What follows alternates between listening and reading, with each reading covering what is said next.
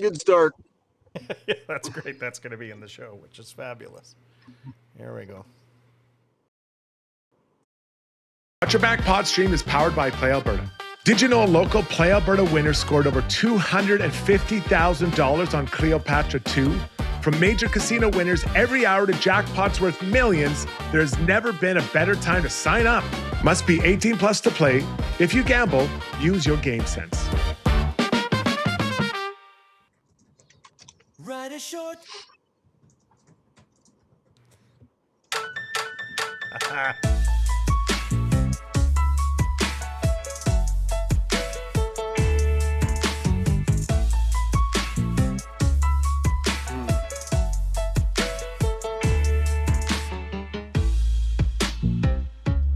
Well, apparently the show is off to a similar start to the Edmonton Oilers tonight.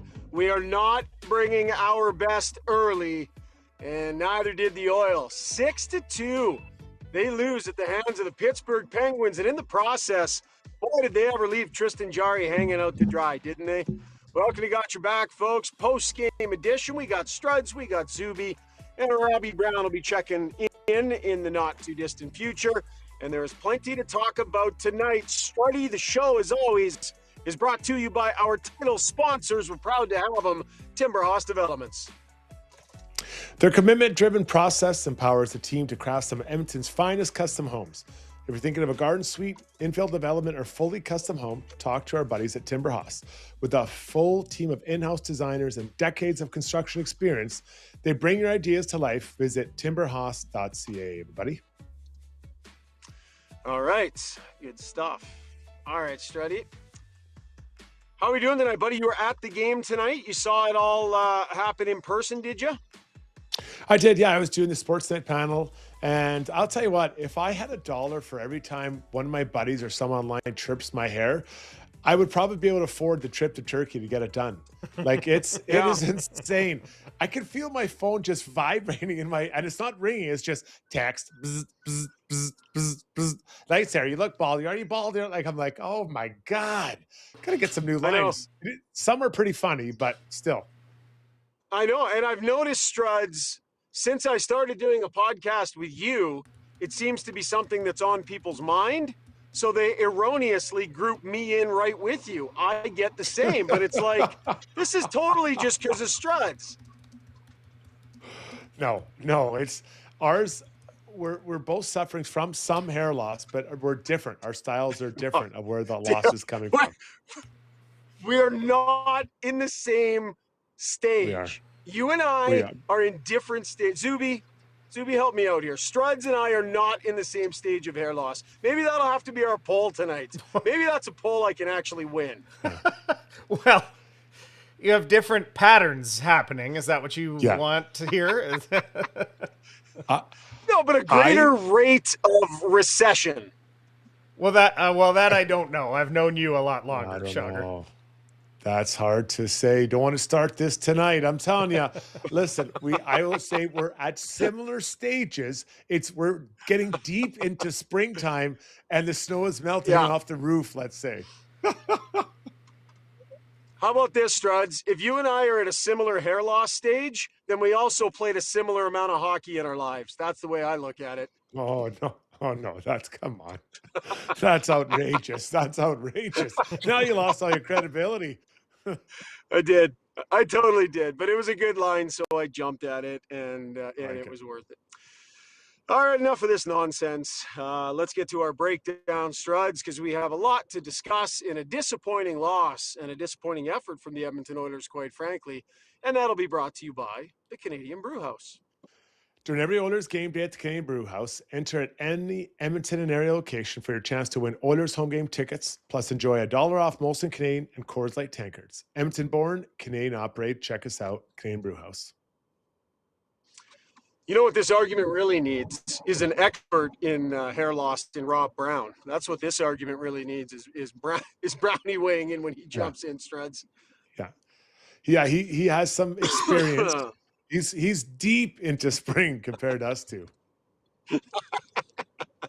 All right, Struds. So lots of different things that we got to dig in and discuss tonight. I would say I come out of this game feeling, I don't know, I don't, to say I feel bad for him, but it feels to me like that would be a tough night for Tristan Jarry. Just not a great performance in front of him, not a great performance by him, quite frankly, but certainly he was not the greater issue. The team, for some reason, Struds, for the second game in a row, they should have been a motivated group for him. And it was no good, man. Captain, right on down. Casual, what is it, Thursday night down at Dodgers? I mean, It was so casual out there. And I'm going to go right to the first play that I saw it where I saw it. There's a puck race back into the Oilers' end, and Stastny is a good skater, pretty strong on his skates, gets bumped off the puck, and Jarry has to make an unreal save on a breakaway or like a shot unchallenged in front of him. Like, I couldn't believe it. I'm like, that was, I want to say it was the second shift. Maybe that happened, third shift. And I'm like, oh no. And then bing, bing, bing. Like it was almost right after that. It was incredible. Not to pick on Stastny, but that's the kind of night it was. Casual on plays that should have been hard and determined plays. And that started the parade, my man. For sure. So let's go through that bizarre sequence. What was it? 3 goals in 37 seconds. Like a flipping franchise record. That's never happened before. 3 goals in 37 seconds. So let's do the anatomy of a giant letdown. The 1-0 goal and net drive there from Mantha. I don't know. My eyes, every time I watched that goal, I kept looking at Evan Bouchard going, what are you thinking about right now? Like, who do you think is the dangerous person right now? Who do you think your person is? Like, it just seemed to me like he was not even in the hemisphere of thought process that he should have been, Struds. Duplication, right? So I've talked about it before. He had his guy was in front of him when he crosses the blue line. His guy was ultimately the goal scorer, and he squeezes over to help for no reason. There's a lot of people on that side. You have to watch the backside. So yeah, that was that's hockey 101. Drive the back post. I'll throw the puck over there too, and Brazeau, and Brazeau did do it, and Mantha gets rewarded right away. Yeah, just do your job. Just do, like, there was no reason for him to veer to the left or be paying so much attention left. He just needed a shoulder check right, grab his guy. So that happens. Then Oilers trying to get something cooking in the other direction. Connor McDavid, so many times he crosses the blue line with the puck and makes a brilliant play. Not the case here. Crosses the blue line into the middle of the ice, back the other way it goes. He's trying to put the puck somewhere where there was a lot of bodies, right? And Nuge can't handle it, and the D-men are jumping up, it's not a jump. They're following the play up quite aggressively. The puck is chipped by him, and Matthias Ekholm isn't catching Mantha in that moment, and Mantha gets a breakaway. So it's Connor McDavid, so you give it massive amounts of leeway of what he chooses. Maybe you just got scored on. Maybe you want to take it a little bit deeper. If Nuge gets the puck in there's a lot of people around him, but that's a tough choice at that moment, and that was just kind of the night that Connor and his teammates had. So 2-0 at that point, and then just a textbook Sidney Crosby high slot deflection, Struds, and just a really high skill play. It looked like Jarry had a couple bodies in front of him. I don't expect him to grab that necessarily, but what happened there? Leon left Crosby by himself, right? So Leon was beside Crosby. The puck goes up north, and he kind of goes up towards the D-man. Crosby just jumps to the middle of the ice, and boom, right away, the puck's in the back of the net. And there it goes. So it's 3-0 from that point, and from that point on, the Oilers are scrambling, pushing for offense. We saw what happened on the Gino Malkin goal with the 97 turnover. Just uncharacteristic stuff from McDavid. Delayed penalty goal was the 4-1 goal. I thought Jarry could have come out and stopped play. I don't know, Zuby, you can weigh in on that one if you were watching the game. Like, it was a delayed penalty. Puck was in the corner. Would have been a little bit aggressive of him, but 2 hard strides. I think he gets a stick on that puck, Struds. Yeah, there's an option there for sure to have it. I mean, at that point, I'm guessing his confidence is in the lower echelon of his range, so he's probably like, Yeah. maybe I don't want to be going too aggressive here. But I do hear what you're saying. Yeah, my only thought on that is I think back to, him coming out to play the puck in the overtime goal. And sometimes when that's just in your head, you start thinking, you know what, I'm just going to stop the puck. That's what I'm here to do. So you wonder if that might have been playing in but not the exact same thing, but might have been part of the reason. It's a fast game. It's easy to second guess. He didn't have to make a good play with it, though. He just had to touch it. So I think it's whatever, probably fair to bring that up. But again, not really blaming him for a lot here. And then the 6-1 goal, snapshot, top shelf, probably a couple in and around here that you would want Jarry to have that he would probably want to have, but certainly not his fault. Struds, let's hear from the man, Tristan Jarry, as we get into our Weiss Johnson soundbox presented by Weiss Johnson Heating and Air Conditioning. Weiss Johnson now offering no interest for 24 months to make your purchase easier. Visit wjjingle.com for exclusive specials just for Got Your Back jingle lovers. And I think we need a little bit of jingle. Hit it. Weiss Johnson, whoa. We're proud to be local and family owned. Couple comments here from Tristan Jarry. Some good honesty here. Like, I think he was honest about what he saw in front of him, but not biting. And then fairly honest about his own play, Struds. You let me know what you think. You're hearing this for the first time. It's tough, I think, just managing the puck. Obviously, it's a key for any team, and obviously any team could play well at any time, and I think just our puck management tonight hurt us a little bit. From your standpoint, obviously this game has a little bit more to it.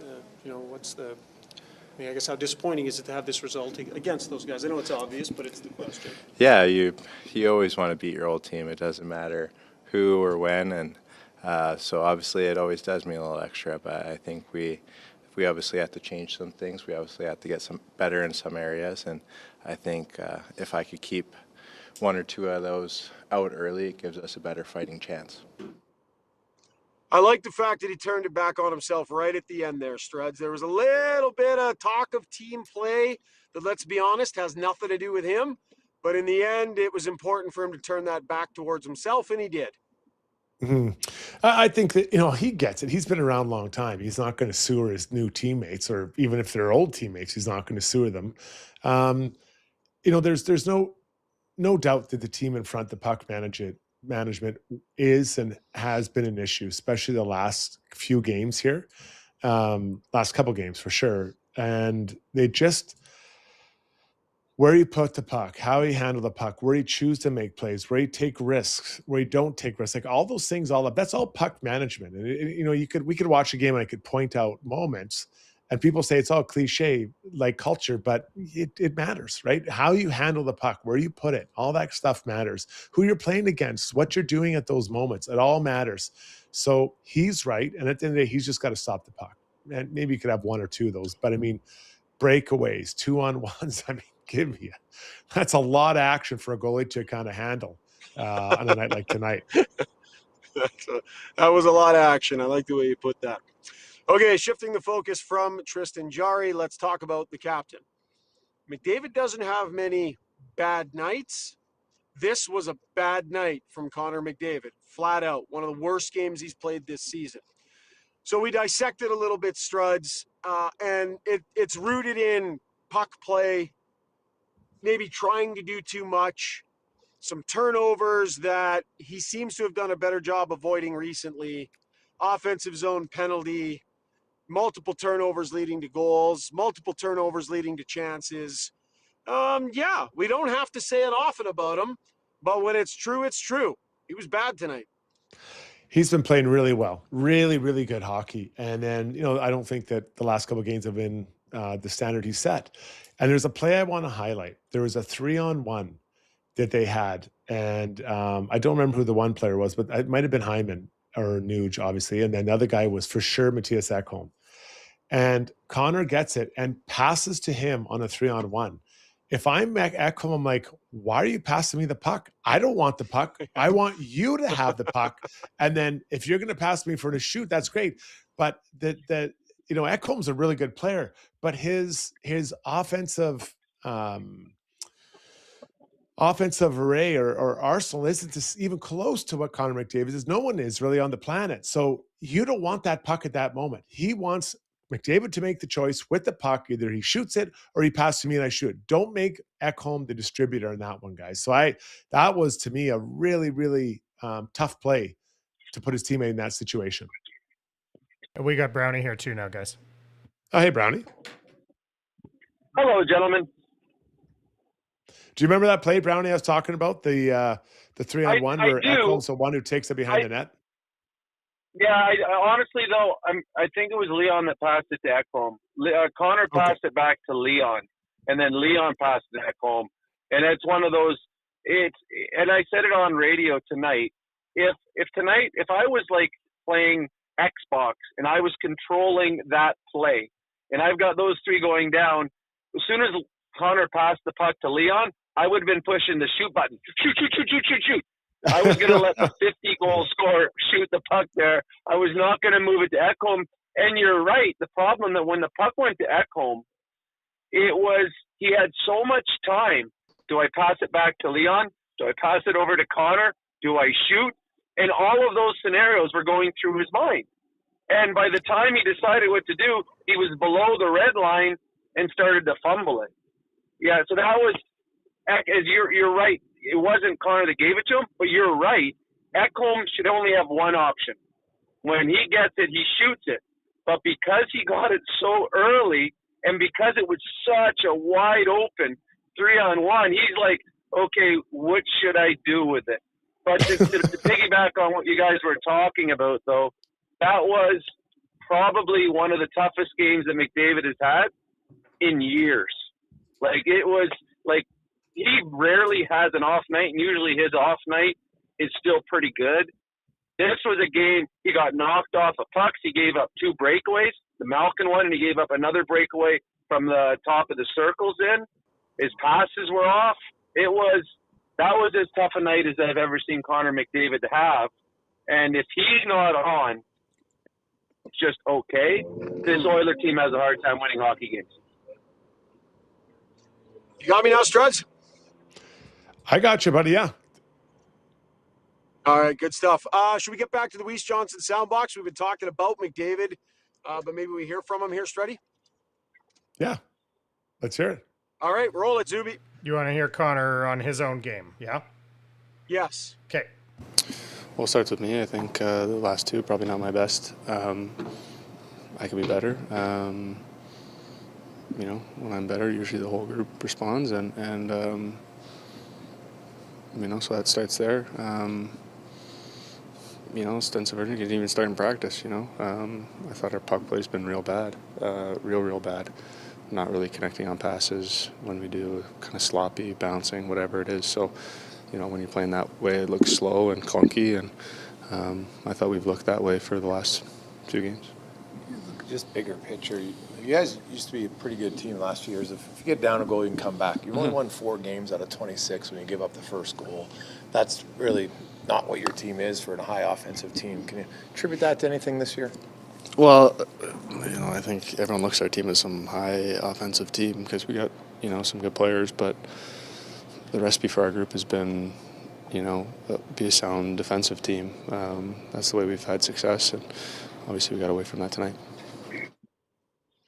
All right, there is Connor McDavid. Struds, let's crunch some numbers because actually, you know what? Our storyline tonight actually was about Connor McDavid. So maybe we'll get to our storyline and we can finish up our discussion on McDavid. But once again, keep an eye on our social media during the day. Zuby will tweet out a storyline that is attached, a betting line that is attached to a story we're keeping an eye on, and that is brought to you by our partners over at Play Alberta, Struddy. If you want access to odds boosts on every Oilers game all season long, Play Alberta has you covered. From major winners every hour to hundreds of popular games and jackpots worth millions to money that stays in the province, there's never been a better time to join the fun. Download the all-in-one Play Alberta app today to find out if you're Alberta's next winner. Must be 18 plus to play. Remember to use your game sense. Okay, Zuby, you had, remind me, Zuby. Well, he had gone 6 games without a goal. Well, now 7, as it turned out, and that equaled his longest goalless stretch of the season. So I took McDavid to get a goal, thinking he'd kind of get off the schneid there, and he had 4 shots in each of the last 2 games. So I said 4 or more shots. We didn't hit on either of those. The other thought I had was Jari, 3 goals and under. So either way, I was in a bad spot tonight, but that's where we went with Connor. Yeah, you've had a good run the last week or so, but yeah, I would have expected McDavid. Like, Brownie, what are you seeing from McDavid after that all-world incredible run, the best hockey of his career, arguably, to where he's sitting right now with his day-to-day play? Well, I just think eventually odds equal out. I mean, what he did was, unworldly. It was his best stretch in the regular season in his career. So odds say he's probably going to have a little bit of a lapse afterwards. It's like Colorado when they had 2 losses in 40 games, and then they drop 3 of their next 8. It just, the odds say it's got to go against you. So everything went for him for a long stretch. But I think he said it. He hasn't been good the last couple of games. Turning the puck over consistently, getting knocked off the puck. And the one thing that we saw in the last few games is a little frustration get into his game. He was arguing a penalty call. He was arguing with the ref at the end of a period. So to me, it's just, you can't play at the level that he played at over the course of 82 games. You're going to have a little bit of a lapse. And it's just so much more noticeable with Connor McDavid because his high is so high. And when he's not at that high, this Oilers team really, really struggles. So that's why it's so much more noticeable. Struds, anything? Well, I mean, Brownie's points are all well made. I think that his game is a lot of timing and making sure that he's getting the puck at the right time and giving the puck at the right time. And he kind of said it there when they're not, the passes aren't on or we're just slightly off. I think it slows him down because he has to maybe pick up a pass that he has to take a half stride to get instead of just hitting it full in stride. So I think that, yes, he is an elite player, but he also needs some support to get the puck to him at the right times so he can get the speed and also, quite frankly, give it to his buddies in the flow of the game rather than having to break half stride to grab it. Yeah. We're focused on McDavid tonight because it was an uncharacteristic off night from him. But let's be clear. There was a bunch of garbage on all sides of him and throughout the lineup too. This was not a good night for a lot of the team. So we're dialed in on 97 here, but it just was not a good night. There wasn't a lot of support from the other lines and such. Just a lot of stuff that wasn't going very well. Zooey, do we have one more clip from McDavid? We do. We have him talking about the start and getting behind. Yeah, so we'll go to that clip here, Struds, and then I'm going to bail. You guys finish the segment, and I'll join you from the studio for takeaways. Okay, buddy. We got you. All right, here's Connor on the start. Yeah, obviously not ideal. Not a great start. Yeah, playing catch-up is tough in this league, and you look pretty bad when you're doing it. So, yeah, it wasn't our best, obviously, right from the start. We've seen your team's level of consistency and ability to put in 60-minute games in March and April and May. Mm-hmm. Do you guys need to get to work on doing that in the middle of the season? There's 30 games left. We're coming down the home stretch here, there's no February this year. So it's like we're at the end of February. The sense of urgency's got to go up in our group. Playoff race is real tight, and we got to find a way to get points here, especially at home. Yes, sir. Yeah, I think he's right, 100%. And I'll just keep saying it. I don't think they have that urgency, Brownie, that's required because they've turned it on before. We know this core group can play a lot better than they have defensively, and just, quite frankly, in some different areas, and we haven't seen that consistently enough over this year yet. Well, yeah, again, and I've been talking a lot on the radio about it. This Oilers team is capable of being a good defensive team, but right now they are not, and it's not even close. And if you look at the stats since Christmas, I would think that I think you would agree, the goaltending has been very good for the Oilers since Christmas. With Jari, with Ingram, and with Pickard. The Oilers have gotten consistent quality starts. Do you agree that for the most part they have? Yeah, I agree. Yeah. Yep. So in those quality starts they've gotten since Christmas, they're 6-8. They're under 500. They're 2-6 on home ice. So to me, if you're getting quality starts and you're a below 500 club, and the majority of these games have been against teams below them in the standings, that tells me that your defensive play has not been good enough because the goalies have been good enough. It's the way you're playing in front of them. And Chris Novak talked about it. And tonight's game looked a lot like a game where Stuart Skinner played in the first 20, where at the end of the night, Stuart Skinner had 5 goals against them, 25 shots, and everybody's booing him. But the defensive play in front of him was atrocious. And that's what you saw tonight with Jari. Jari didn't play poorly. The Oilers did in front of him. They gave up 5 breakaways in this hockey game. So they need to be better defensively, and that's no secret. Knobloch talked about it, and so did Connor McDavid. Let's get to our Relentless Player tonight, brought to you by UCAN Youth Services. Mental health is a foundation for growth and long-term success. That's why UCAN offers free therapy through 2 in-house counselors, ensuring young people have support as they navigate challenges and rebuild confidence. Their annual Comedy Nights fundraiser presented by ATS returns this March with a fresh new look and bigger laughs than ever. Learn more or donate today at ucan.ca. Anthony Mantha, he's a player I've watched for a long time, and I always felt like he left me wanting more. We had a couple big years, but the big man wouldn't always move his feet. Well, tonight, and I think this season, he's moving his feet. He's at 16 or 17 goals. He got a pair tonight. So I never thought I'd give this to Anthony Mantha. And I'm not sure anyone ever has in the past, but when he moves his feet and skates, the guy's got skill. There's no doubt he can score, Brownie, but I really liked his game tonight in fairly reasonable minutes. It's not like he's playing a ton. It's funny. I was thinking of you tonight while I was watching Mantha. He was excellent. Like, he was really good in this hockey game. He scored 2, had another breakaway where I think it was Bouchard that he pushed off the puck, or Stasi, I can't remember. But he had a couple breakaways. He was good defensively. They got him playing with the young kid at center, the 18-year-old, so they've given him some leadership to be out there with that young kid.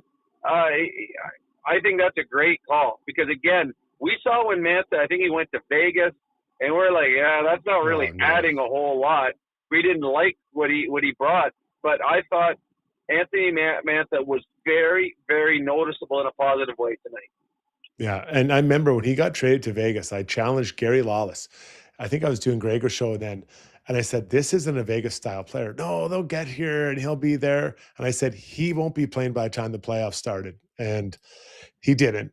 But now he's going. Now he looks good, man. He looks really good. Him and that Brazeau have something going on. And Brazeau looks good. Big body. So got to give Kyle Dubas some credit here. Subi, let's do our YouTube poll here while we await the return of our fearless leader, brought to you by DeBoer's Golf Shop and Fitting Center. It's a new year, which means it's time for a new you. Make more birdies on the course in 2026 with the help of Scotty and TJ at DeBoer's.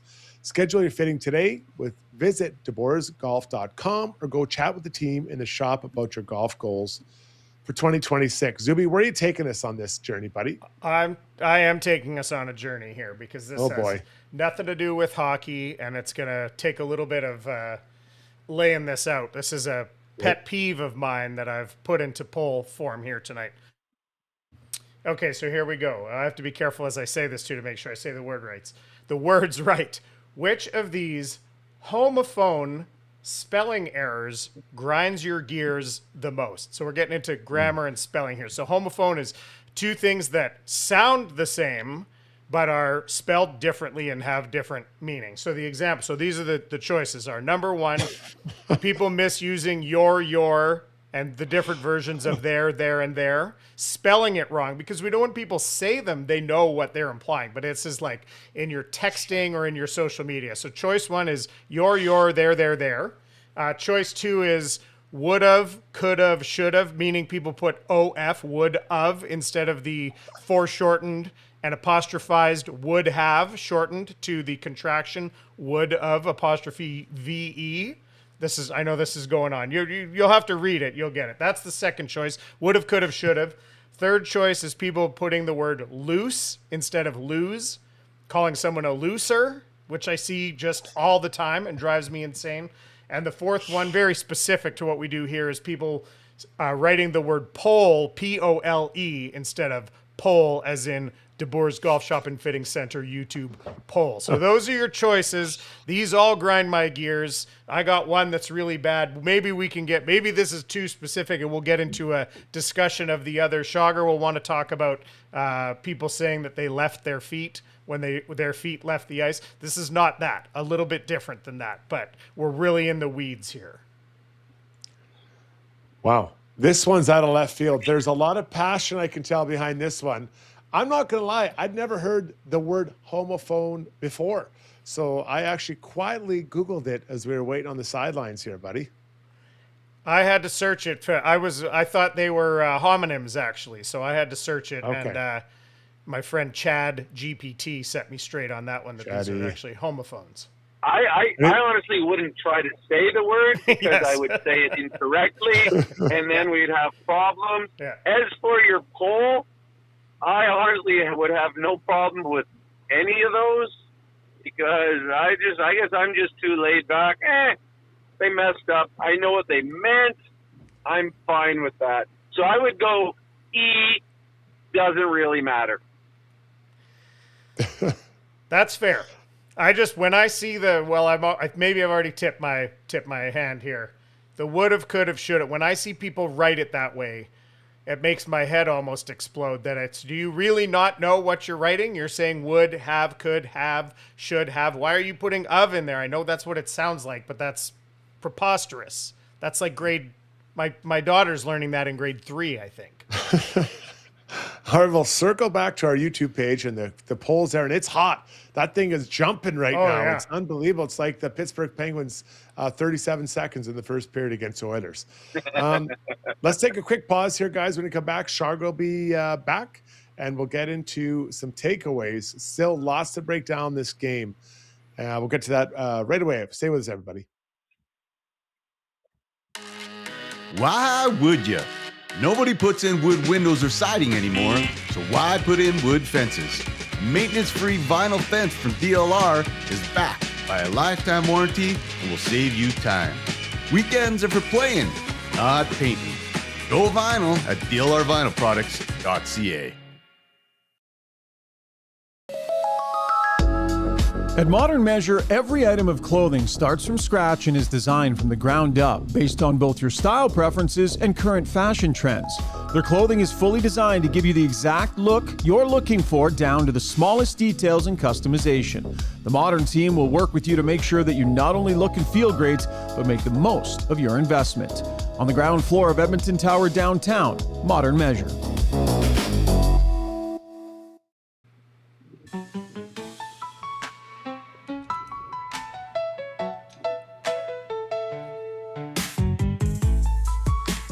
I leave for 5 minutes and Zuby turns this into his own personal pet peeve vetting show. I think that was a get off the fence, Zuby. You should have saved that one for a Wednesday for Struddy's World, man. I guess so. I didn't know how banger. I didn't know how relatable it was, but yeah. Our good buddy Steve Taylor, Simply Steve, Just Steve, Surfer Steve, whatever we're calling him, Scuba Steve. Scuba. Says, I came to the stream to improve my mood. Now I'm livid thinking about that poll. There's a lot of annoying stuff in there. One of the ones that drives me nuts, chomping at the bit. You guys heard that? Chomping at the bit? Everyone says chomping at the bit? Yes, you've brought this up before. Yep. It's champing. It's a horse term. It's champing at the bit. You don't chomp at the bit. The horse champ at the bit. I think. I hope I'm right about that one. But I don't know, buddy. I'm pretty sure I'm right about that one. Oh, jeez. Somebody else pointed that out, and I'm picking up their outrage, and I'm running with it. I'm back here in the Timber Hoss studio. Discover how naturally inspired living can make your life better. Let's get to takeaways, shall we? Talk a little more hockey, brought to you by Shandos Construction. Shandos has been building for over 45 years, focusing on steady work, strong crews, and careers that last. And because they're 100% employee-owned, the people behind the projects share in the success. If you want to learn more, head to CHANDOS, shandos.com/apply. I would say, and it might be part of your Brownie Points, Brownie, but I would say kudos to Oiler fan tonight that got up. A little standing ovation for Stu Skinner and for Brett Kulak. I thought that was great. And deservedly so, Struds. Those guys were big parts of deep runs. Whether you want it or not, they were a big part of it. Some local boys like that. That was good. They deserved that. Really well done. I liked that they did it together. I don't remember seeing two players return at the same time for, the same team, that type of thing. I really liked it, Brown. I thought it was, they've earned it. Like those guys, the way they showed up night after night, how hard they played, 2 runs, just quiet worker bees. Really, really nice touch by the Oilers organization there. Yep, I agree with both you guys, and I will talk about it in Brownie Points. But yes, you guys are both absolutely right. Steve Taylor pointing out nip it in the bud. He's not liking that one. For all intensive purposes, when it should be intense and purposes, says Atlas Feynman. Irregardless, should have made the poll. That's a good one. Definitely a good one. And Oil Can, if you spelled poll wrong on purpose, then kudos to you. Because that's in the poll, of course. Yeah, he spelled it as it's mentioned in the poll. Yeah. Oil Man says, I hate as such. But that's usable. That's usable. That's not incorrect. We need to keep it to incorrect sayings, not just annoying ones, wouldn't you say, Struds? I'm chomping at the bit to talk about this game here. And we're going over all the vocabulary you might find in a Mark Twain novel. Yeah. Flag on the play for that, bud. It's champing at the bit. Me and Nuge are the horse guys. We know. Here we go. Hey, by the way, anybody else raise an eyebrow at Skinner not playing tonight? Because here's my theory, and this I like Stu Skinner. I'm not trying to be overly hard on him, and I'm talking about stuff that I don't really even know. So there might not be anything to this. But when I heard he wasn't playing tonight, that he was playing in Calgary, I was like, huh. Would the organization not have wanted to give him this start if he wanted it, Struds? Would they not? Because he played 2 games ago, then he played last game. It was setting up for him to get this start tonight. All of a sudden, he goes in back-to-back games and plays in Calgary, and he's not playing tonight. Now, if the organization just didn't give him the option after the Oilers, laid the beats to him in his first game, in that game with Pittsburgh against the Oilers, you would think the organization would have been giving him the chance to get back in there. So it could read as he took the option to play in Calgary. I don't know if that's the case, but it would be surprising to me if the organization didn't give him the chance, Struds. Yeah, I mean, irregardless, he didn't end up playing tonight. I think that's something that we can all agree on. You know what? I kicked this around a lot. I really did, because I was thinking, would I want to play, or would I be satisfied with playing in Calgary, then coming here and just enjoying the night, right? Just being just relaxing. Maybe see some family, whatever, or maybe grab some stuff from your house. Cause I don't know, I'm guessing maybe they flew out tonight, or maybe they stayed the night. I'm not sure they're probably off to Vancouver, but I don't know, Brownie. I could go see both ways. Maybe just give them the time off is just as good though. Yeah, I don't think the organization gave him the choice. I think they chose to not play him. I think they chose to give him back-to-back games. I think they're trying to make a playoff race or push. They want to make the playoffs, and they felt the best thing for them to do was to play Skinner last night. As you said, Shogger, he did the game the last time they played. The Oilers scored 6 on him. So why not go? I mean, if that's the case, if you take away the fact that he's playing in his hometown, it's 2 goaltenders. You got 2 goalies both playing really well. The last time they played this guy, he gave up 6. Well, the right choice would be to play the other guy. So I think the Penguins are trying to make the playoffs. The way to do it best chance we have, we play Skinner back-to-back. He gets us a win in Calgary. And then Sheloff, who's been playing really, really well, will give them that look in Edmonton. And you throw in the fact to what Strud said, this was an incredibly stressful place for Stuart Skinner to play the last year. Why not just come here and enjoy the moment, as Strud said? You're with your family, you're with your friends. You can just enjoy being in Edmonton for the first time.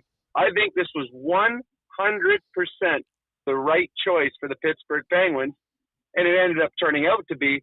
But I think the Penguins felt the best way for them to make the playoffs and possibly get 4 points in Alberta was to go Skinner, then Sheloff. Yeah, they don't play till Sunday in Vancouver. So maybe they spent the night tonight. Maybe Stu could go home. I don't know where his kid's in the situation, but even just grab some more clothes, like just a reset. So, Yeah. Brownie, you made a lot of sense there. Yeah. I mean, yeah, that's all fair. That all makes sense, and that's all fair. I would like to think that Stu Skinner would have wanted this game. That the Oilers put the boots to him in that first meeting, and that he would want to get in there and get in the net in this game and get some of that back against his old team. I would want my goalie Stuart to Skinner's want not that. bigger than the team, though, Schauger. Stuart Skinner's not bigger than the Penguins. So the Penguins, they get to decide what's best for them. And obviously, they made the right call. They got 4 points in Alberta. And the Oilers surprised everybody by going with Jari, and it didn't turn out very well. So, to me, I don't think this Skinner gets a choice in this. Skinner isn't Sidney Crosby. He isn't Connor McDavid. He's not Connor Hellenbuck. He is just one of two goalies in Pittsburgh. So, to me, the Pittsburgh coaching staff sat down, what is the best possible way we can get as much as we can in the Alberta trip? I think Skinner on the first game and then go with Shelovs in the second game. And it worked out. But to me, this isn't a Skinner choice, and nor should it be. Right, and I'm not saying, I don't know if it was. What I'm saying is, if I'm the Pittsburgh Penguins, I want Skinner to be annoyed and not getting this start. This should have been circled on his calendar after what happened in Pittsburgh. This should have been circled on his calendar after what happened here. Because who doesn't want to go in and play against your old team and go and show them? But I think, but to me, it's not that big a deal. It really isn't for Skinner. Skinner's, and he's talked about his time. He's now a Penguin, so his Edmonton time is done. He's focused on what's best for Stuart Skinner and the Pittsburgh Penguins. So, no, I disagree. I don't think he would have had that circled and wanted to have to play and show up his old teammates. I don't think so. All right. Fair points. Do we crunch the numbers last segment after I took off there, Struds? No, we didn't. We were relentless, and we got to the poll. All right. Let's get to crunching the numbers then, because I think they'll tell the story in large part of what we saw out there tonight. That's brought to you by McDonald's. $5 McValue meals are here, so no matter when you're craving a deal, we got you covered. Start your morning with options like a sausage McMuffin small meal, make a midday pit stop for a McDouble small meal, or grab a late night recharge with a junior chicken small meal. So many choices, all only $5 plus tax. Availability will vary by restaurant. All right, Struds, courtesy Sport Logic, what numbers were reflective of the night to you? We heard a lot of talk about puck management, and these numbers tonight reflect it. So it's not always how can I say it? It's not how much time you spend in the offensive zone. It's about how you do with that puck when it's there. So I'll make sense when I get it going. So the puck in the O zone. Bit of an issue here with the puck in the O zone. According to Zuby tonight, it's over just that 4 four hours that's in out the of place. offensive zone. Seems it's just a that little 4 long. that's out of place. Everything else is correct. It seems a little bit long there. So we'll just go with 18 minutes, just over 18 minutes for the Penguins in the O zone. Oilers 24 minutes. So just by looking at it, I think, oh man, the Oilers, they must have had the better of it. No, the puck management led to this, what I'm going to outline now. Scoring chances off the rush, Pens 11, the Oilers 4. That's incredible. High danger scoring chances, the Penguins 21, the Oilers 11. Turnover scoring chances, Pens 11, the Oilers 8. So even though they were in the offensive zone quite a bit more than the Penguins, the way they handled the puck coming across the blue line or turnovers. Even in the offensive zone, Brownie led to a ton of time or challenges defensively. Well, there was 5 breakaways the Oilers gave up. There was probably another 6 or 7 2-on-1s or 3-on-1s. The Oilers, that was the last 5 of the last 6 periods. You throw the first 2 periods against New Jersey, have been some of the worst defensive hockey the Oilers have played since October. Like the odd man breaks. Ekholm got beat for breakaways twice in this hockey game. On the first goal, Bouchard, I don't know what he's looking at. He's got Bantha going backdoor by himself. He didn't even glance at him once. Like those are your 2 best defensemen. That's your number 1 pairing, and right there were 3 glaring grade A scoring chances against. And Shogger, you weren't here. You had left when I said it. The Oilers since Christmas have gotten quality starts, I would say, in every game, but maybe 1 since Christmas. Totally. They've gotten quality start, great goaltending. They are 6-8. So with quality starts in 13 of those 14 games, they're 6-8 in those games. That tells me the Oilers are playing poor defensive hockey, giving up way too many grade A scoring chances against. And that's not just on the defense. That's from top to bottom. Yeah. And that is what needs to be corrected. And I think that's exactly what Connor McDavid said in his availability. We've got to start now, and defense is how we were a good team before. We got to get back to that. Yeah, for sure. What to do with the lineup? What to do with a few players here? We'll get into our core adjustments, and that's brought to you by HSE Core Services. Can't help but feel with the way their players at right now that maybe there are some changes coming here, shuffling the deck a little bit where they can. If you need a safety program, HSE Core Services can build it. If you need it managed, they will do that as well. And if you're stuck dealing with online safety registries that your clients make you sign up for, they will handle those too, and they will do core audits. Also, listen up. If you sign up for a health and safety program management service, you will receive your first month free right now with HSE Core Services. So if you own a business and this is something you've been thinking of, you might as well give it a try. www.hsecor.com, a free month when you sign up for a safety program with HSE Core Services. I mean, Ike Howard is doing what he can out there and far from the main issue for sure. I wonder if maybe we see an adjustment there. I'm not sure what else they can do in this lineup. They've got Draisaitl back. Kapanen has been skating. Nugent-Hopkins back to the wing here with McDavid. They're still searching for the combinations that are going to stick a little bit here, guys. Like, where are we at with Roslovic and Draisaitl? Nugent-Hopkins on the wing versus center. Like, Brownie, what do you do with the lineup here to shake out a different result? Well, let's assume the Kapanen plays next game. I don't know if he does, but let's assume he does.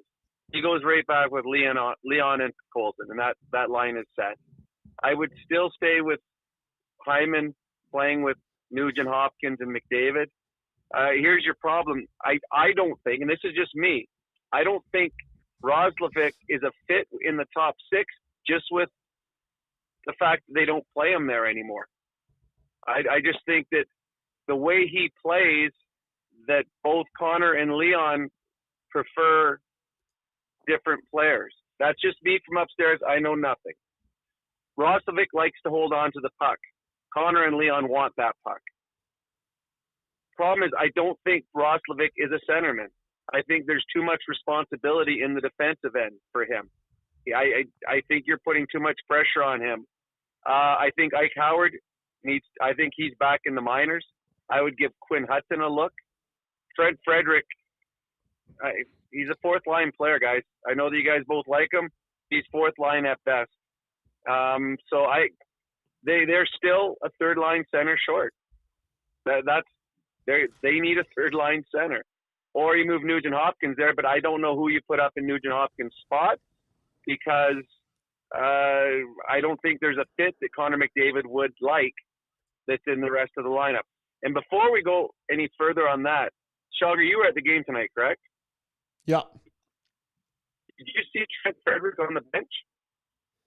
No, because that was right at the end, right? I was down beneath getting ready for post game. What happened? So he went off the ice after a shift. He opened and closed the door, slammed it 5 times. It's like it was the boards were shaking. Then he stopped. Then he punched the boards about 6 times. Then he stopped. Then he punched the boards 5 more times. That is the most emotion I've seen from him. All frustration. I have no idea why, because really nothing happened on the ice. But it was frustration from Trent Frederick, and I don't know if it's just the entire season, and that moment was the moment he let off steam. But that was, to me, a very telling sign from a player who's had a very, very trying season. Was that I when know he that's skated off getting the away ice? from the lines. Was that when he skated off the ice and it was chirping with Crosby? Did it happen right after that? It was right at the end of the game there? No, it happened a bit before that, because that was right near the end of the game, and I saw him chirping with Crosby, and I don't think it was after that. But he was, like, it was incredibly noticeable because it was a very, very quiet rink, obviously, and he just went to town on the door, and then eventually started punching the boards as well. So I have no idea why, but it was quite noticeable. And I'm sorry for taking away from the line combination, Strud. I really didn't give you much for lines because I do believe that the Oilers right now are in a quandary of what to do on their 3rd and 4th line. Their most consistent player in the bottom 4, and it's not even close, has been Curtis Lazar. And I'm not sure if that's good for your team, if he's your most consistent player, Strud, in your bottom 6. What are you thinking if you look down the bench and see that, Struds? Him doing that? That he's mad? Oh, I don't know. Like that mad. I'd probably be mad too. I'd be mad after that game. Like, I don't think anyone should be too thrilled with their effort. I don't, and he's not a guy that shows a lot of it. So I think everyone is entitled to losing it every now and then. I wouldn't be. Yep. I wouldn't be that upset because I'd be mad already. I guess I'd already be mad, so I'm not going to get madder, right? Unless I was +1, then I'd be actually quite happy and try not to go on the ice. I don't want to lose that plus. Guarding that plus, I guess my child. No, you know what, guys? Yeah, here we go again. Right back to the 3rd line. Right, we keep talking about this 3rd line, and it just doesn't have an identity that fits right now. And Brownie, everything you said, I completely agree. Everything you talked about, you nailed it. But we've covered a lot of that before. I honestly think we might see Nugent Hopkins drop onto the 3rd line. I agree, Brownie. I don't know who goes and plays up there. Maybe they play with 3D when he's out there. I don't know. But just to try to add something in there, maybe you put Nuge with Roslovic and Mangiapane, throw Savoy back up there. I don't know. I know I'm throwing a lot of things at the wall, but right now, and I think they maybe have to. Maybe they have to try something, not radical, but different. Because like Isaac Howard today, not to jump on it, but I don't know if you guys saw that one. The puck went right in front of the net. He could have walked in and absolutely hammered it. And he kind of double clutched it. And then I don't remember if he even got a shot off. Like, you're here to shoot, man. Fire. I would be like, if I was on the bench, I'd like, buddy, you shoot everything that comes to you. Fire that puck. That's a good point, Stress, because there was twice he had looked like a partial breakaway, and he slowed down and did a behind-the-back pass to Savoy. Another one, a 2-on-1, and he tried saucering it through 2 guys to get it over there. Again, he was brought here. His calling card is his shot, and he's second-guessing himself. To me, I think partly ice time, partly self-confidence up here. To me, as we've talked about, I don't think he's a 3rd-line player. That, to me, I would send him back to the minors. You're not going to be taking a whole lot out of your lineup if you do. Yeah. Believe it's a day off for the team tomorrow. We'll see if there's any transactions. We'll see if anything happens. Okay, that was our core adjustments brought to you by HSE Core Services. When we come back, Brownie is going to bless us all with his Brownie Points. Struds, are you going hockey or are you going otherwise related tonight for Struddy's World? And do we have a choice in the matter? I've got a pretty good hockey one, but I have one loaded in the holster too that's a good time. But I think I got to go hockey tonight because I have to get this off my chest from tonight's game.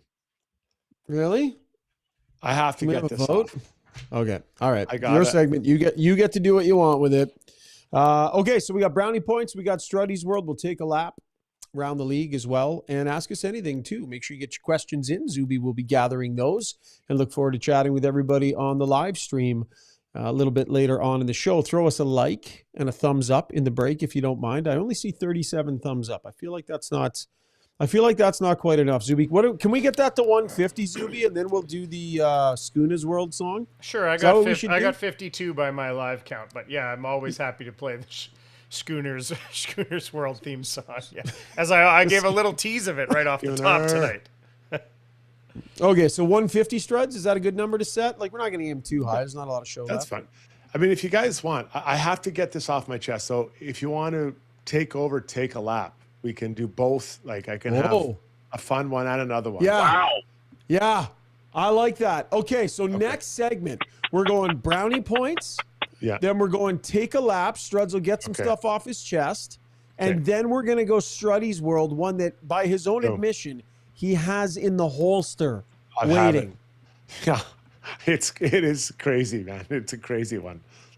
This might be the best segment of the year, and maybe Schooner's World. We got a lot. Stay with us here on Got Your Back, presented by Timberhouse. I'm looking forward to this. This would be epic. For over 60 years, Belvedere Golf and Country Club has delivered a high-quality membership experience to Edmonton and area. And now it's even better. Drainage and irrigation improvements in 2024 have taken course conditions to a new level.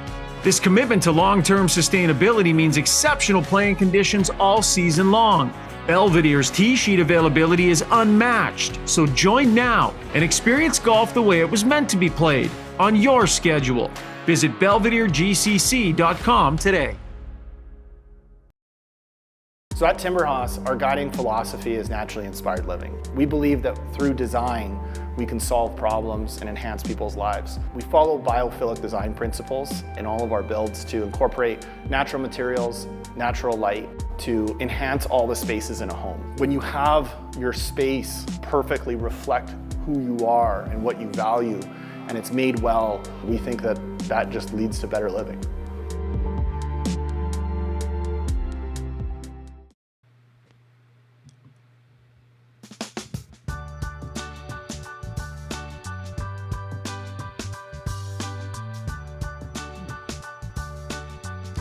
It is time for Brownie Points, brought to you by the Alberta Ram dealers. Get 10 years of built-in confidence at your Alberta Ram dealer with Canada's best full-size truck limited powertrain warranty. Every new 2026 Ram truck comes with a 10-year, 160,000 kilometer warranty. Make sure you go check out this awesome machine at your Alberta Ram dealer today. Brownie. All right, I'm going to start with 18,347 brownie points to the sellout crowd at Rogers Place that gave the two hometown boys the ovation they deserved. The Oilers did their usual tribute on the Jumbotron for former Oilers tonight, Brett Kulak and Stuart Skinner, and the Oilers faithful gave the two former Oilers a well-deserved standing ovation. So kudos to Rogers Place tonight. I got 3 brownie points to the Pittsburgh Penguins number 3, Jack St. Ivany. The Penguin D-man made a huge block on a bomb from Evan Bouchard while killing a penalty. He could barely get back to his feet, yet stayed on the ice for the rest of the penalty kill, and even won a puck battle while on one knee behind the net and clearing the puck while he was laying on his belly, and then barely made it to the bench. That was a gutsy shift going against the Oilers' best power play in the National Hockey League, and the kid did it on one foot. I got 27 brownie points to number 87, Sidney Crosby, who tonight showed he still has his offensive brilliance. The goal he scored in the first period, his 27th of the year, was a thing of beauty. He was in between the hash marks facing his own end and was able to deflect the puck from 20 feet past Tristan Jarry. Very few have those kind of hands, and at 38 years old, the captain of both the Penguins and Team Canada still does. I got minus 11 brownie points. I'm stealing away from the Oilers' top line and top defensive pairing, as they had a rare off night. But it was a really, really, really off night for the Oilers' top group, going minus 11 in this game. McDavid, Hyman, Nugent-Hopkins, Ekholm, and Bouchard, minus 11. Rarely does 97 have an off night, but this was as tough a night as I've seen McDavid have in the last number of years. And the final one in taking away 60 brownie points from the Oilers for their puck management and defensive play tonight. The Oilers were poor defensively for 40 minutes against the Devils, and tonight they were poor defensively for the entire 60 minutes. They gave up at least 10 odd-man breaks, including 5 breakaways. That should be a month's worth of breakaways, not a game's worth. The Oilers are 6-8 since Christmas and 2-6 in their last 8 home games. This wasn't a one-off tonight. This, unfortunately, has been a trend that has creeped into the Oilers game as of late. They must become a better defensive team if they want to come out of that. And that, my friend, is tonight's Brownie Point. You know, Brownie, when I watched this game tonight, I wanted to be in the building watching Connor and Malkin. It seems like they're having a lot of fun. 5-6 years ago, it didn't feel that way. It felt like it was more of a grind. But I don't know if it's because they're nearing the end of their career or they like their team. I don't know what it is, but am I wrong? Like, I don't watch every Penguins game, but they seem happy. Well, it's funny. It was either last year or 2 years ago. They were in Edmonton, and Malkin had possibly the worst game I've ever seen Malkin have in his career. He was horrendous, like absolutely horrible. For Crosby, I think, because it's got to be Tyler. He's a guy that plays in Olympics. He plays in World Cups. He plays World Juniors. He wins Stanley Cups. The last 3-4 years must have been horrible for him. But I think the Four Nations and the Olympics being on the schedule rejuvenated him. I think he's having fun because he had those things to look forward to. And I think the fact that this year their team is in a playoff spot has sparked Malkin.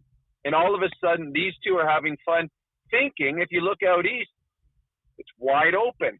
So I think that because of where their team is, and for Crosby, the Four Nations in the Olympics and him still being at the top of his game, I think it's certainly rejuvenated him. But you're right. They both look totally engaged in this hockey game and both played with a little bit of swagger. People in the chat wondering if by default, Struds and I being in the building tonight, if you gave each of us a brownie point as well, being part of the building tonight that you're giving brownie points to. So just for housekeeping purposes, is it one for each of us? Did either one of you stand during the tribute to Skinner and Kulak? Well, guess who didn't get a brownie point? Yeah, I don't think I did. I clapped.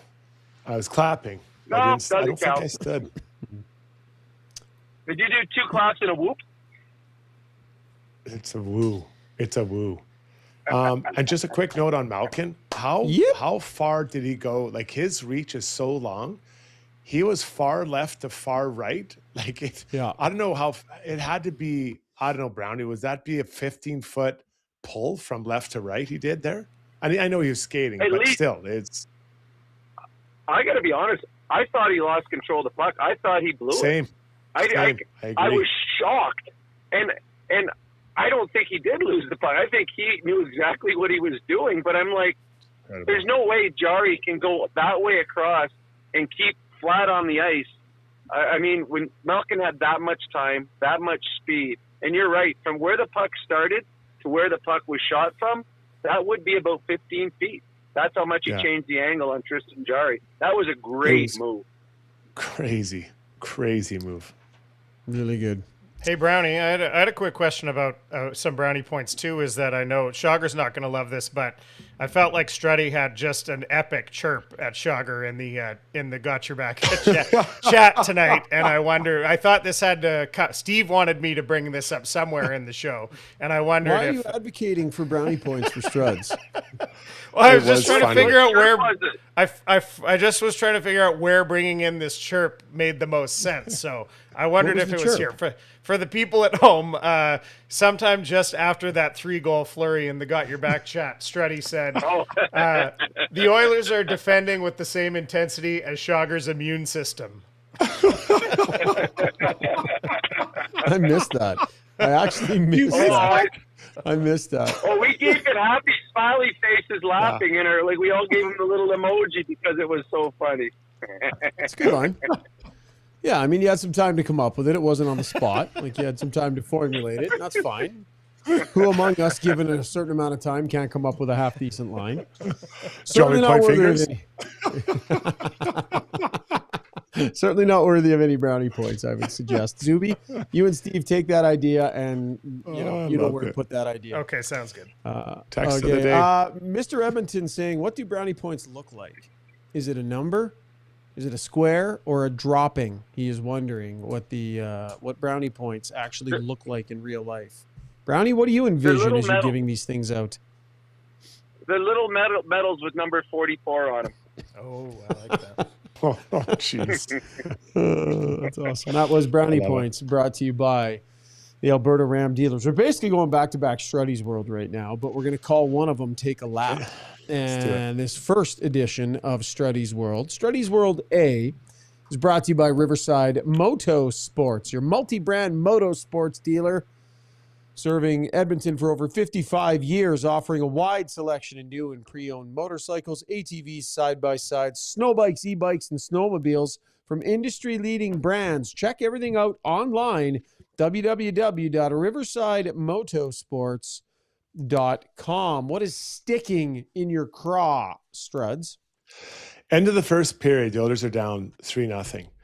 And the Titan, the mighty warrior, Connor Clifton, hits Janmark from behind. Now, Clifton, for those of you who aren't familiar with him, is listed at 6 feet, generous, and 195 pounds. This isn't Zdeno Chara. It's not Bob Probert. It's not Marty McSorley. Hell, it's not even Jason Strudwick. But he gives a pretty good hit from behind from Janmark. And everyone just looks around like, oh, okay. Well, I'm sure that wasn't intentional. He opened the door wide to let a brouhaha start. Somebody jump in there. Janmark's the one who get hits from behind. Jump up and do something. Mangiapane's out there. You've been known to be a rat. Be the rat. Get some energy for your team. You almost scored with about 12 seconds to go. Didn't. There's a bit of energy in the building. That is an opportunity to make it happen. And still, everyone's just looking around like, well, that wasn't very kind. In that moment, you should have maybe rethink the way you're behaving out here. Connor Clifton. I can't believe that they didn't let that let the dogs out in that moment, boys. Yeah, good point. I remember that perfectly well. It was a good hit. I mean, it was a heavy hit.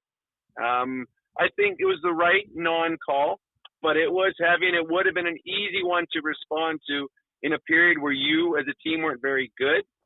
And then you start thinking about Mangiapane, whose season has not gone like it's supposed to have. Here's a moment to get the fans on your side, get your teammates on your side, get involved, get a little energy in the building and in your dressing room. And you know as well as I do, Strud, that something that happens at the end of the period, a brouhaha or whatever happens on the ice, that carries into the dressing room. Of course, everybody is pumped in there. They're stoked, and guys are like strutting around, and they got some anger going, they got some energy going, as opposed to going into the dressing room after you're down 3-0 on home ice and hearing some boos, and now you're sitting in your stall quiet and rethinking of how the period could have gone and how you wish you had a reset button to the first period. So that's a really good point. Yeah, I think that's very good. The one thing I will disagree with you, though, I'll push back and I'll say, really, Struds? Are you really surprised? Are you actually surprised that nothing happened? Really? Well, it's situational. This is specific to this moment. You're down 3-0. There's really nothing to lose. And they had the fourth line out there. Like this. If I agree with you playing at this time, it is like, this is the greenest of lights. It's like when you play on Friday and the coach gives you two days off, their light doesn't get greener, doesn't shine brighter than this moment. Because what's the worst thing could happen? You're going to put your team down 5-4. You're already down by 3. So I just can't imagine. And he hit you from behind. Oh, wow. Geez. That really smarts. You don't have to convince me that something should have happened, Struds, but what I'm challenging you on is, this group. Are you really surprised? Like, there are a few guys that will engage, a few, but for everybody else, it's not even a thought. It's not even no, that's not me. That's That's not my job. No. But for that, how can you be surprised? Well, for that group, and then specifically the guy who gets hit from behind, like don't you get mad? If someone even thought about hitting me from behind, I would be jumping them. Like, I just don't understand the mentality, right? And if it's a 1-1 game, I'd probably be like, okay, let's just keep it close. But at 3-0 after the first, my God, that is green light shining bright. Man. It's been bred into the group. It's not an expectation. And there are a few guys that'll do it now and then, but it's just not an expectation this group has for itself. We got a bunch of guys that think that's not my job, and that's allowed to happen on this team. All right, that was Taking a Lap, brought to you by Riverside Moto Sports. All right, let's rev the big guy up again, Zubia. We're getting our money's worth out of Struds tonight. Roll the animation, buddy. When you make a mistake, heads should roll. It's not right. And I'm here. Someone has to put their foot down. Now that I say it out loud, it does sound a little crazy. God, I look good.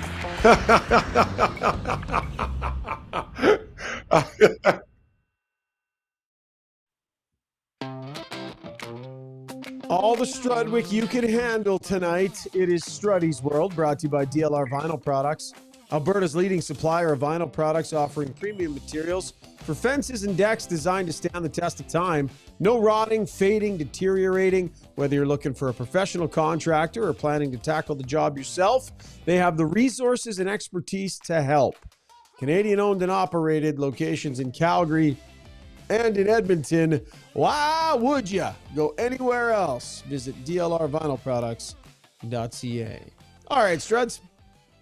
Recently, I was outside of Tipton Arena, and I wasn't parked inside the parking lot. I like to park on the street at Tipton Arena because it's easier access to the dressing room. It was dark, and I was just sitting. I wasn't on my phone. I was just sitting there listening to some music, waiting to kind of go into the rink. My doors were unlocked. My car was running, and I'm just, you're kind of just relaxing, kind of unwinding, whatever.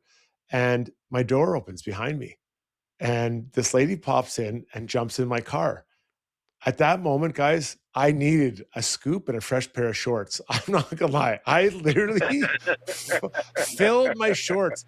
And then I have that fight response. I turn like, what the hell are you doing? And she's like, what do you mean? I'm like, get out of my car. And I thought I was getting carjacked. So I'm yelling at this lady. She's like, you're here to pick me up. I'm like, not. And now we're yelling at each other. And then she's like, oh my God, this isn't an Uber? I'm like, no, it's not an Uber. So she gets out and she apologizes. I'm like, I'm so sorry. You just startled me. She's like, I bet I did. I'm like, I'm so sorry. She's like, I'm so sorry.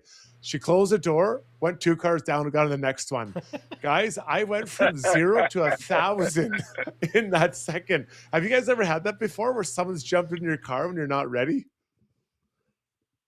I mean, I don't know if I don't think so. I mean, you're lucky you didn't hit her.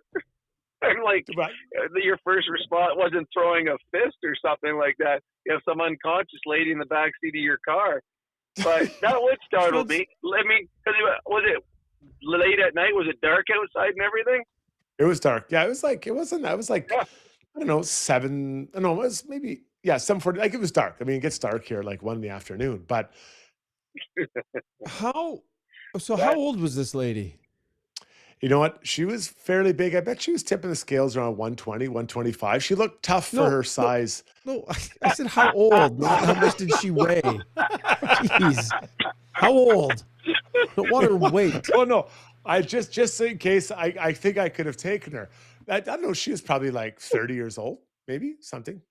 And how quickly did you register that's a female, not a menacing 6'6" male that I need to be worried about and fear for my safety?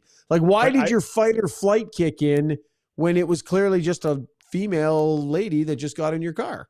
Well, because she got in the seat right behind me. So I was just sitting there minding my own business, not on my phone, nothing, just sitting there.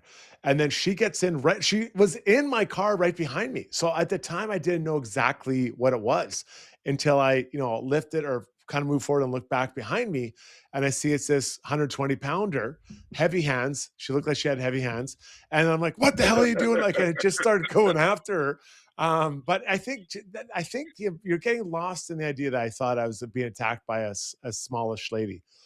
You'd never know who's getting in the back of your car. Maybe it was a carjacking. Maybe she was sent in as the Trojan horse. Then old Heavy Hands comes in and gives me the beating, right? You never know. But just a second. So she would have been sent in as the Trojan horse, and then somebody would have crawled out from underneath her jacket? Like, how does that metaphor work? Maybe open the other door, like, hey, what's this guy doing? Like, is this guy awake, or what's going on? Because I wasn't. But I mean, hi, I'm looking for Ray Finkel and a clean pair of shorts. Like, it was incredible. Like, really? That's amazing. Like, my next question, Brownie, is it just me?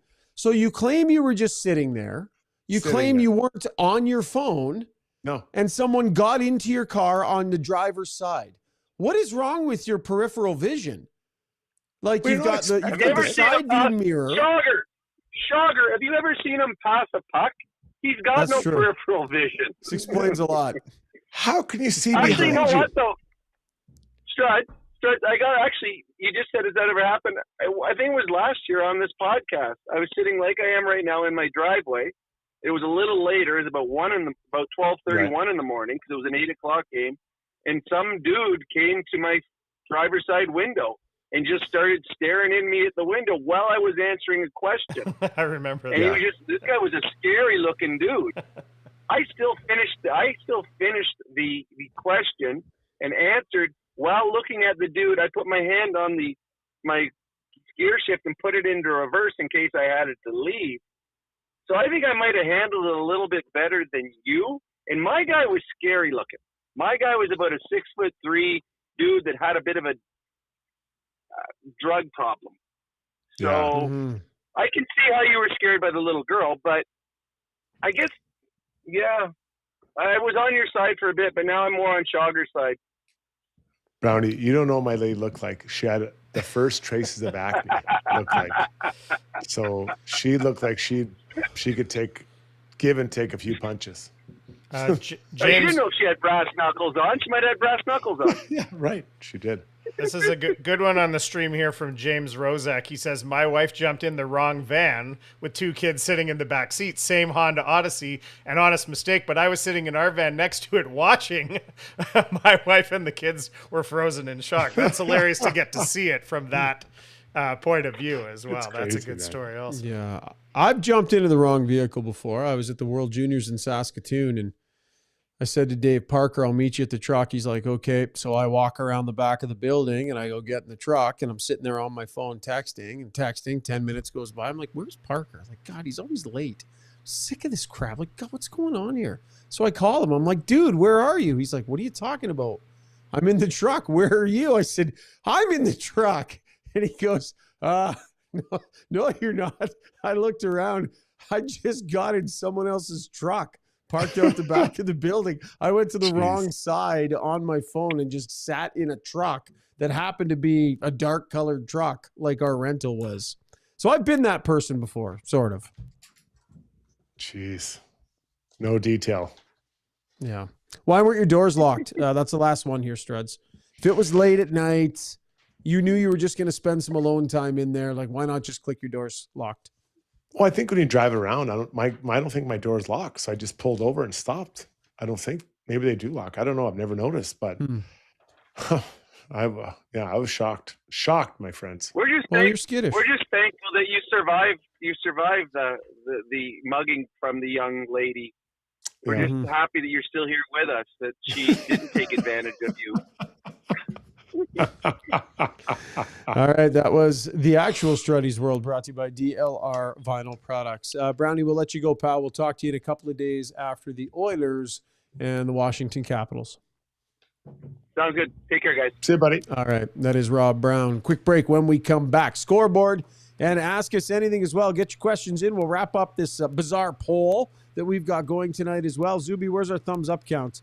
Are the people going to make it, or are they letting us down here? They're not. I re-asked at 75, and we're still only at 77. So unless my count is lagging, but it was ahead from even what you had said previously. So I think I got the right number here. Yeah. Mr. Edmonton is asking, would Struddy's reaction have been different if she looked like Scarlett Johansson? No, I don't I don't, because I couldn't get a good, it wasn't like you're not looking to see what she looks like. I could tell it was a woman fairly quickly, but you just don't know the intentions, right? Yep. So you never know. You never never know. know. Ask us anything when we come back. Stay with us.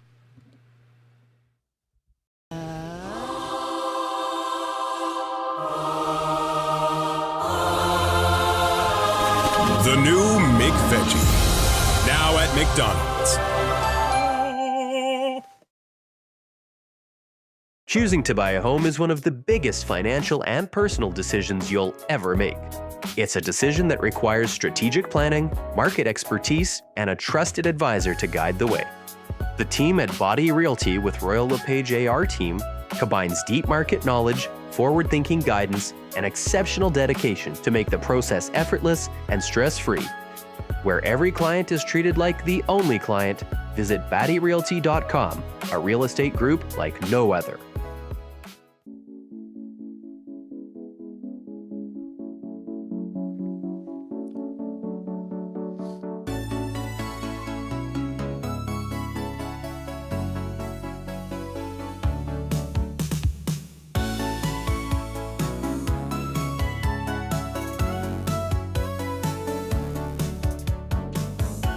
All right, let's get to our scoreboard. And our scoreboard is brought to you by The Bridge Fit. Whether you're aiming to stay pain-free or hit a new personal best as part of 2026 resolutions, the physio, chiro, massage therapists, and strength coaches at The Bridge are there to help, treating the communities of Edmonton, Sherwood Park, Lethbridge, and St. Albert. Check them out or book your first session at www.thebridge.fit. I was in there yesterday to see Karen and continuing to work on the golf groin.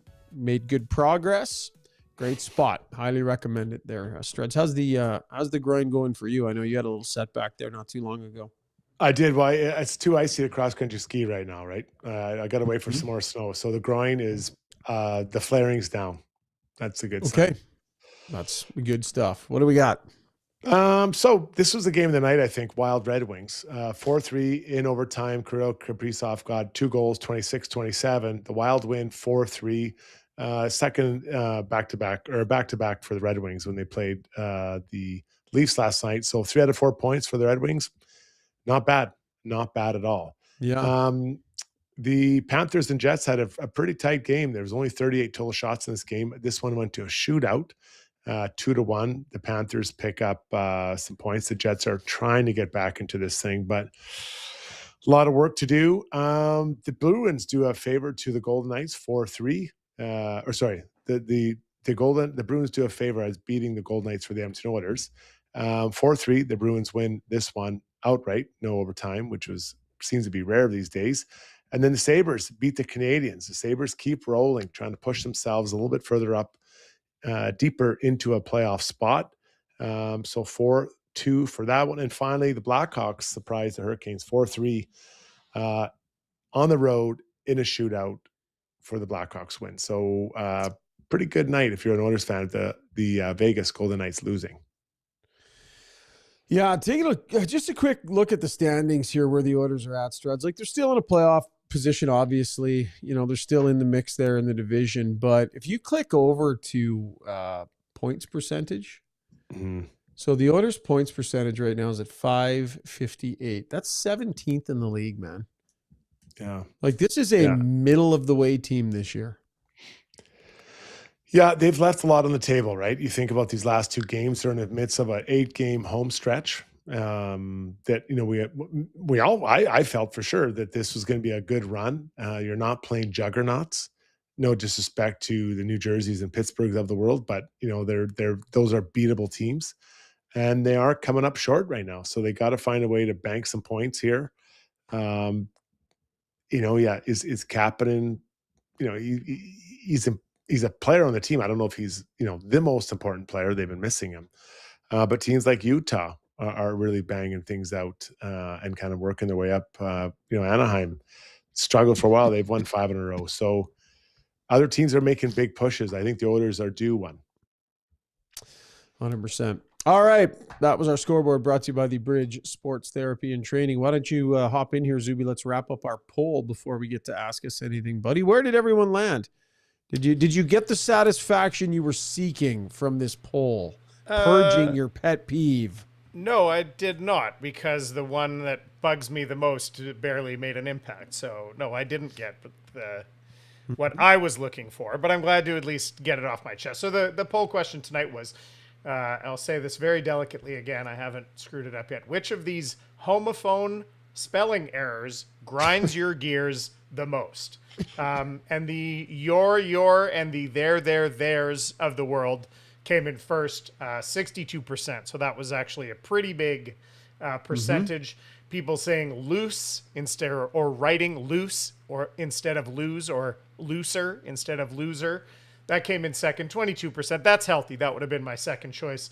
Would've, could've, should've came in at third at 12%. I have to say, if you're not voting for that one, I fear you are among the people who don't know what you're doing wrong. That's what I'm sure they do. But, that's how I feel that strongly about it.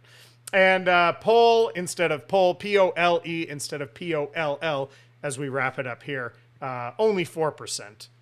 So that's okay. Okay. We don't see that one as much, but it's very show specific. All right. There you go. Zuby with a chance to get that off his chest. He's earned that.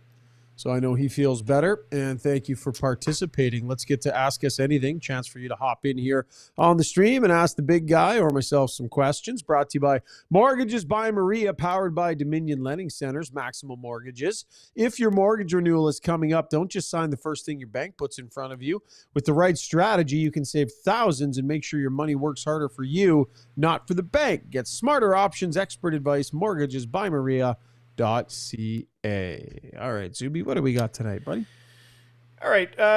Neil Garrity said that might be the worst regular season game I've seen Ekholm play, both ends of the ice. You guys talked about Ekholm a little bit, I think, and then just sliding down here, there was someone else saying just sort of you can't look at Ekholm without looking at Bouchard. What are you seeing out of Ek's game? Are those two tied together? Is it time to consider something else there, Struddy, or are they linked forever? They've been playing pretty well together. I'm not sure that I would be splitting them up. I thought Stastny had a tough night tonight.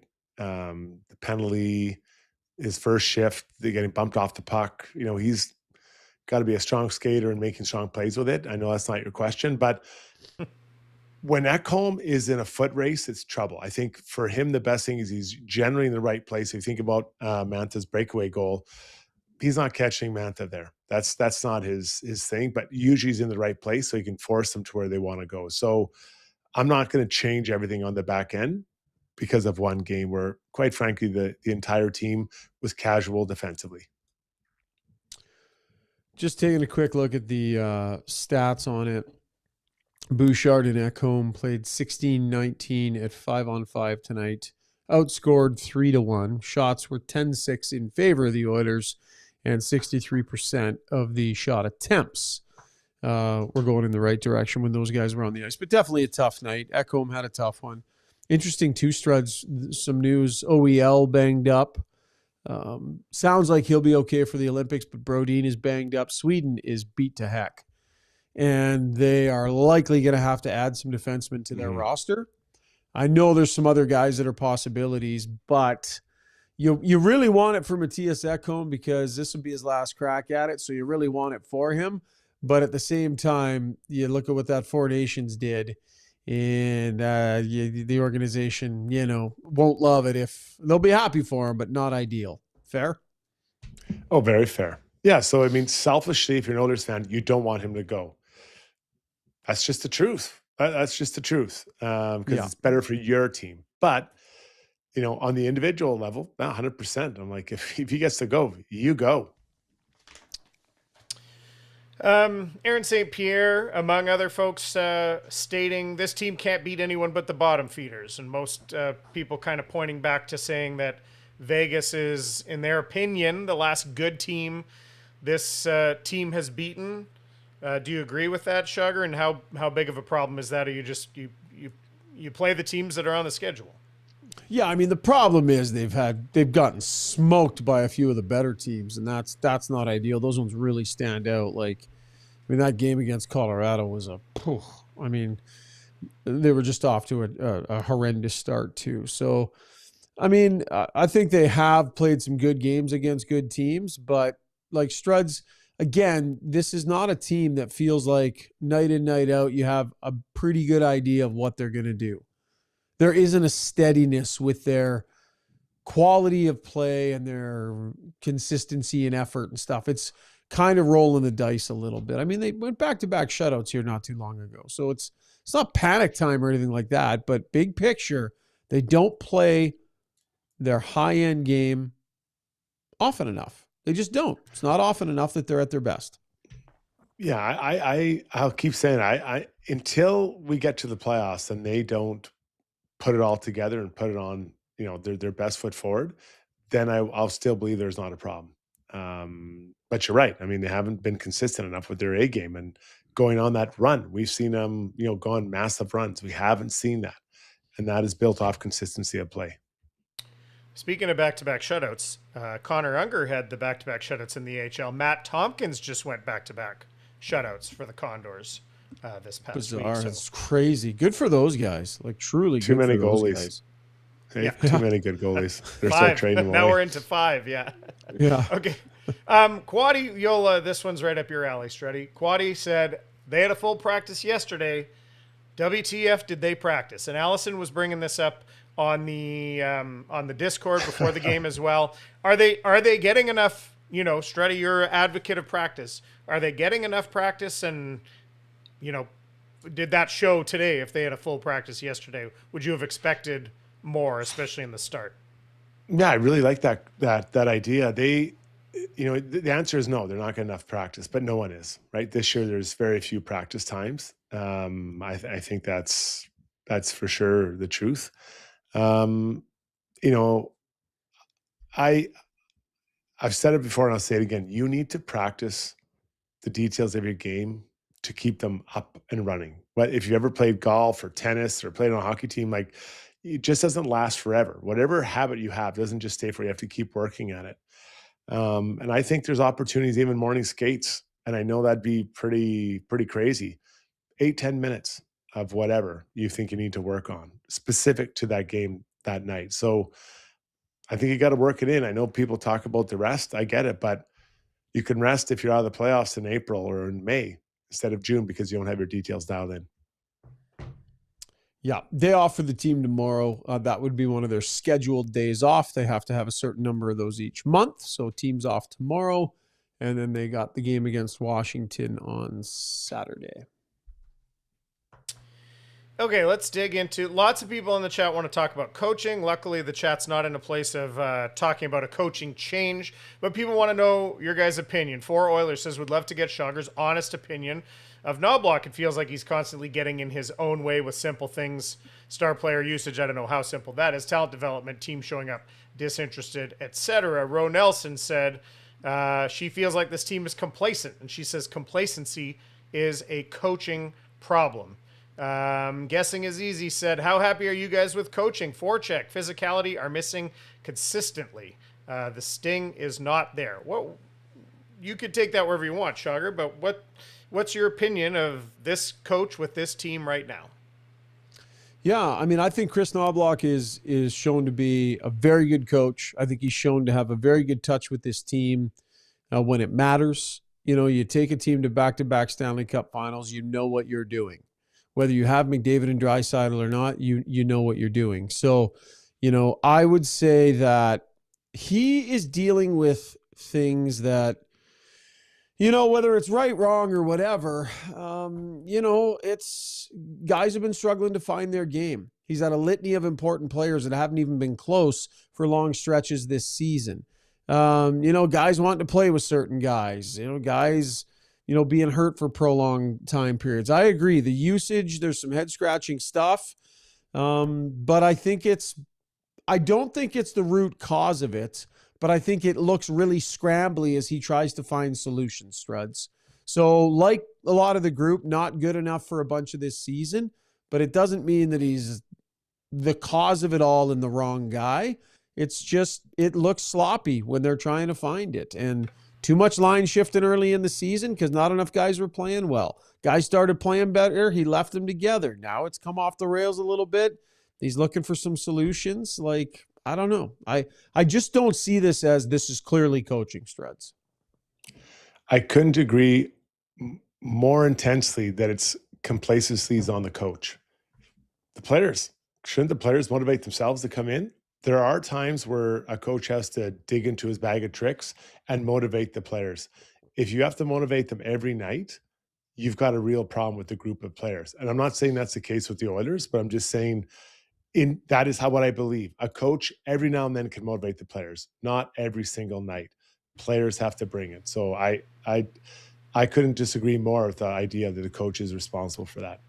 Yeah, but at the same time, Struds, like a coach will set a standard for expectation, right? Like a coach sets the standard for what is expected physically from his team night in, night out. That is set by the coach. Now, the GM can make it clear by the personnel he puts in there, but even if you don't have the most physical group, you can demand that from your guys.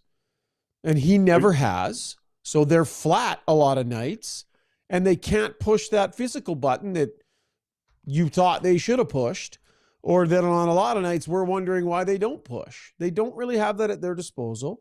It's not demanded by the coach throughout the lineup, no matter who you are.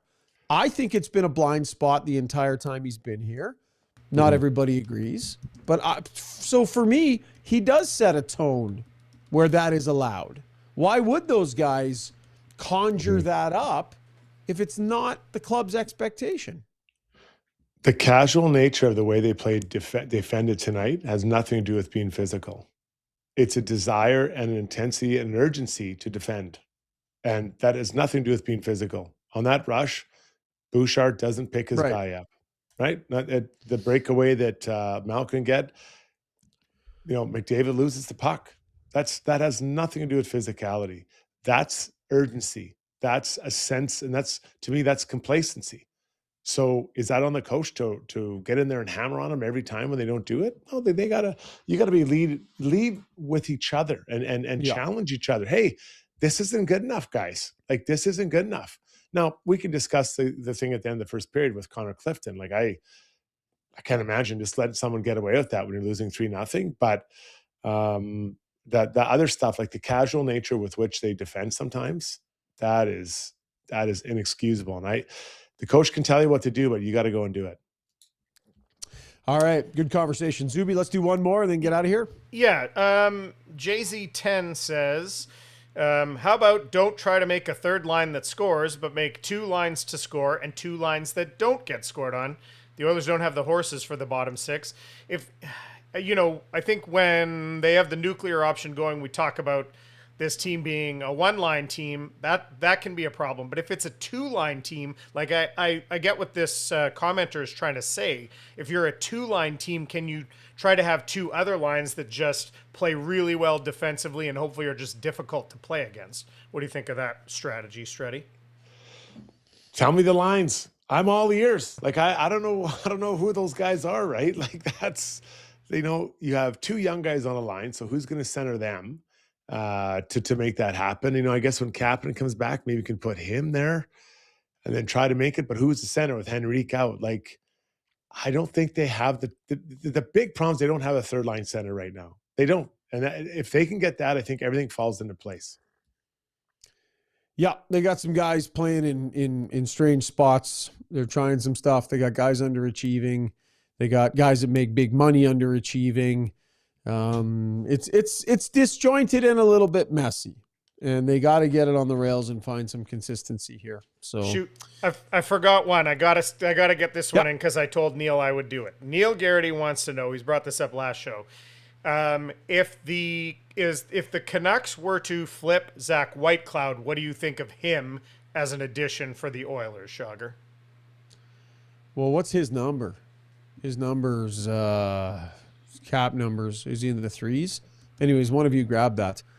Yeah, bigger picture here. This is the question about the Oilers. I was chatting with Hart Levine about, like, what's it look like for the Oilers at the upcoming trade deadline? Like, fellas, You know, they are going to have to find a way to get rid of Mangiapane for that to have a chance at working. As of right now, like, they got to move guys to get Henrique back on the roster when he comes off IR. Mm-hmm. So they are in a cap crunch scenario. And so I'm not even sure what the number can look like when they bring somebody in. I guess you can move Pickard. You can probably move some other guys, but they're going to have a pretty significant ticket come off their books to add anything significant at all. So I don't think White Cloud is the type of defenseman that the Oilers are looking for, and that Stan Bowman likes to employ those Struds. Yeah, he's 2.75 for 2 more years. But the D are okay. The third line center situation is number one. I'm not looking at anything else. I don't know. People, Greg's has floated out getting a winger and put a new jet third line center. I'll take anything at this point because it's not working right now. Yeah. All right. That was Ask Us Anything, brought to you, excuse me, by Maria Gallus, mortgage broker. Whoa. Okay. Let's wrap up the show with our play of the day, brought to you by Mainline Water and Sewer, your trusted choice for over 40 years, specializing in sewer line replacement and expert water line repair and replacement. Their trenchless method is quick, low impact, and often finished in a day, complete with backflow protection. Visit mainlinewaterandsewer.ca. Struds, what do we got for a play of the day tonight, bud? Malkin's breakaway goal was a thing of beauty. From left to right, he pulls it. But his celebration after, I normally don't like that kind of stuff, but I like seeing Malkin having fun. And he is a pretty happy guy. But that he kind of did a bit of the bird, like Kuznetsov did a little bit. I'm sitting, I'm like, I usually hate this stuff, but I loved it in that moment by him, a guy who looks like he's really enjoying life. The Oilers generally get the better of the Pittsburgh Penguins. They have absolutely owned them in recent years. What have they won? 8 and 9 against the Penguins? Mm-hmm. But tonight was Sid's revenge. The Penguins with a big win over Tristan Jarry and the Edmonton Oilers. Oilers not looking great here as they get this homestand rolling. They're 3 games in here, and the quality of play has not been very good for the last couple. They'll try and flip the script against Washington on the weekend. That'll wrap up the show. Struds, good night, buddy. Thank you. Zuby, good job. Thanks, guys. My pleasure, guys. Fun show.